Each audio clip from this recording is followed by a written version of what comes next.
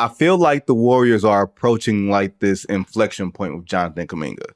Is he starting? Is he coming off the bench? Are you going to feature him on offense, or does he have to sort of retrofit himself into the Steph Curry offense for the fourth straight year? And it doesn't seem like there is the quote unquote synergy that you would expect a player who's been in the system for 4 years, and he doesn't have a Ricky Stell extension on the board.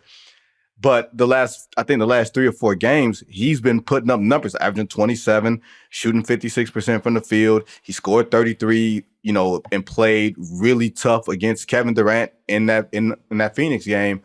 How do you see that overall situation playing out? Is it reaching an inflection point, or is it just going to be sort of this uneasy alliance between now and the trade deadline and then beyond? It might be an inflection point. I know Steve Kerr seems to feel like, it was with the game against Phoenix. He's had a bunch of good moments. His stock around the league, as you know, is pretty good. Teams think Kaminga is going to be, a really good player and get better and better.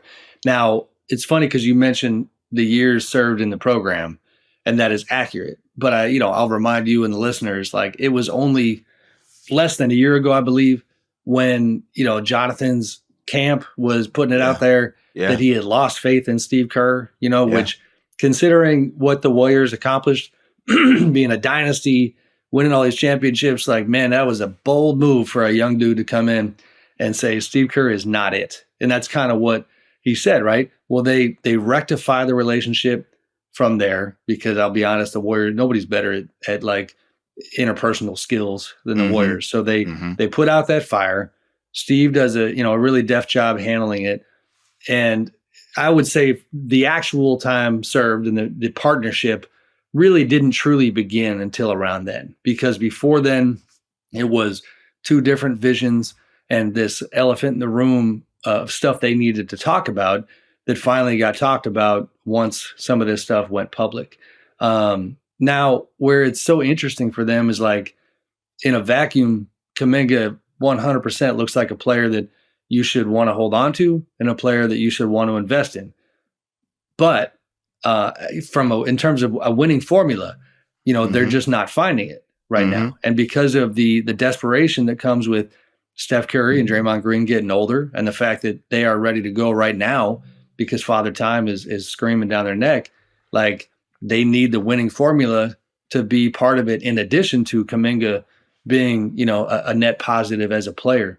The other part of the context, Vinny, obviously is what's maybe available trade deadline wise. And to me, the obvious guy there, so you look at like a Jimmy Butler possibility. It's such a tough contrast to me. If you're Joe Lacob and Mike Dunleavy in that group and Steve Kerr, it's like you're looking at the young guy who can't elevate you yet, but you don't want to let go of because you really don't want to see him become an all-star somewhere else. And then you got the 35-year-old who is going to help winning more right now if you get him on board. But he's up this summer. It's going to be a ton of money. But he can opt for house cleaning purposes. He's got a $52 million option. Correct. That most people believe, theoretically, that he will opt out of to get another deal. I don't know if that's true, that he will opt out expecting big money. I think he'll opt out maybe expecting longer money, if that makes sense.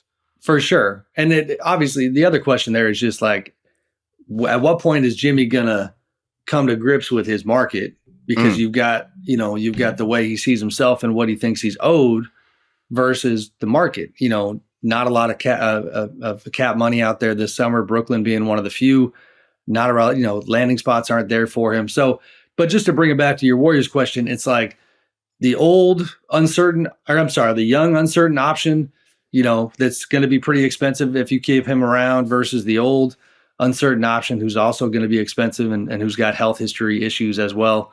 So neither option is great. I don't think they're getting Larry Markkinen anytime soon, or another big name. So I'm very curious to see how the next 6 weeks go for Golden State. It's amazing that, how I put this, it's amazing that the Warriors, because they won a championship without really having to go all in, when they won a championship in 22, with the whole two timelines thing, but they never really had to make a choice, right? And Jordan Poole was a really big part of that because he was a completely unexpected net positive in that. And then we saw what happened in the future with that. But when you win a championship without having to choose a real path, what happens is you think you can continue to do this way. You believe that you can continue to operate this way. My question is, when is the boss, the man that's really in charge, when is he going to step forward and say something? And by that, I don't mean Joe Lacob. I don't mean Steve Kerr. I don't mean Mike Dunleavy. By that, I mean the man who has made this a $10 billion franchise, Wardell Stephen Curry. Like, I want to know if he's going to be someone, not to step forward in front of us, but to step forward in front of them if he hasn't already, to say, hey, what are you guys doing here? Because I'm killing myself trying to keep this team afloat, and I don't have a consistent number two with me.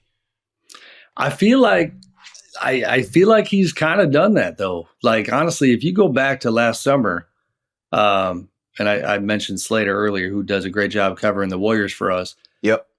He had a piece talking about, kind of behind the scenes on their pursuit of Markkanen and Paul George. And that piece was full of commentary from Steph and Draymond, essentially saying that even though we didn't get those guys, we were very impressed with the level of aggression of the front office, where everybody's heads were at, the urgency that they operated with. It had details about their meeting with Paul that I don't think had been disclosed until that point.